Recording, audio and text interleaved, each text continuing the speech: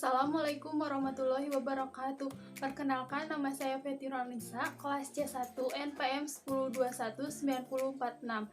Saya dari STI STANBI akan menjelaskan tentang materi sistem informasi akuntansi, ya, tentang bab sistem pengendalian internal. Sistem pengendalian internal meliputi struktur organisasi, metode, dan ukuran yang dikoordinasikan untuk menjaga kekayaan organisasi, cek ketelitian, dan kendala data akuntansi, mendorong efisiensi dan dipenuhinya kebijakan manajemen. Tujuan dari sistem internal yaitu menjaga kekayaan organisasi, cek ketelitian, dan kendalian dalam data akuntansi.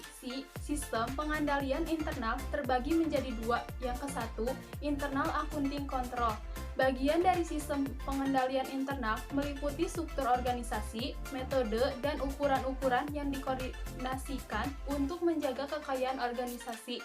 Yang kedua, internal administrative control, meliputi struktur organisasi dan ukuran-ukuran yang dikoordinasikan untuk mendorong efisiensi dan dipatuhinya kebijakan manajemen. Unsur sistem pengendalian internal: 1.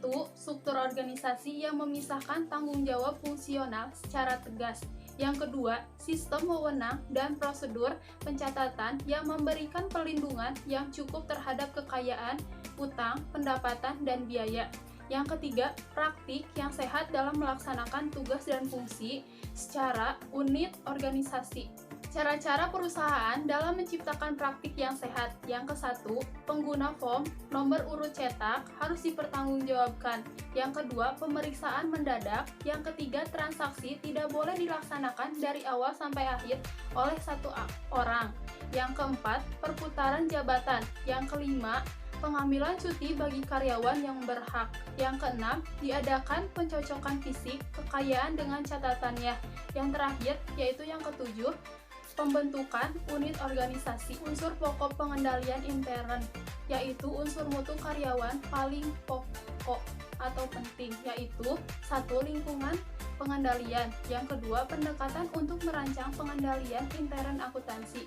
Yang ketiga, pengendalian intern akuntansi dalam lingkungan pengelolaan data elektronik. Pengendalian intern akuntansi terbagi menjadi 4. Yang ke-1, pengendalian umum atau general control terbagi menjadi organisasi, prosedur, dan standar. Untuk perubahan program, pengembalian sistem, dan pengoperasian fasilitas pengolahan data. Yang kedua, pengendalian sistem terhadap program. Yang ke-1, prosedur penelaahan dan pengesahan sistem baru. Yang kedua, prosedur pengujian program. Yang ketiga, prosedur perubahan program. Yang keempat, dokumentasi. Yang ketiga, pengendalian terhadap fasilitas pengolahan data. Yang ke-1, akses terhadap ruang komputer hanya terbatas bagi karyawan tertentu saja. Yang kedua, pengendalian terhadap penggunaan arsip yang disimpan dalam perusahaan.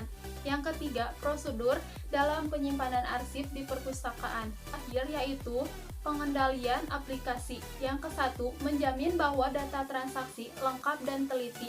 Yang kedua, menjamin bahwa pengelolaan data transaksi benar dan sesuai dengan keadaan.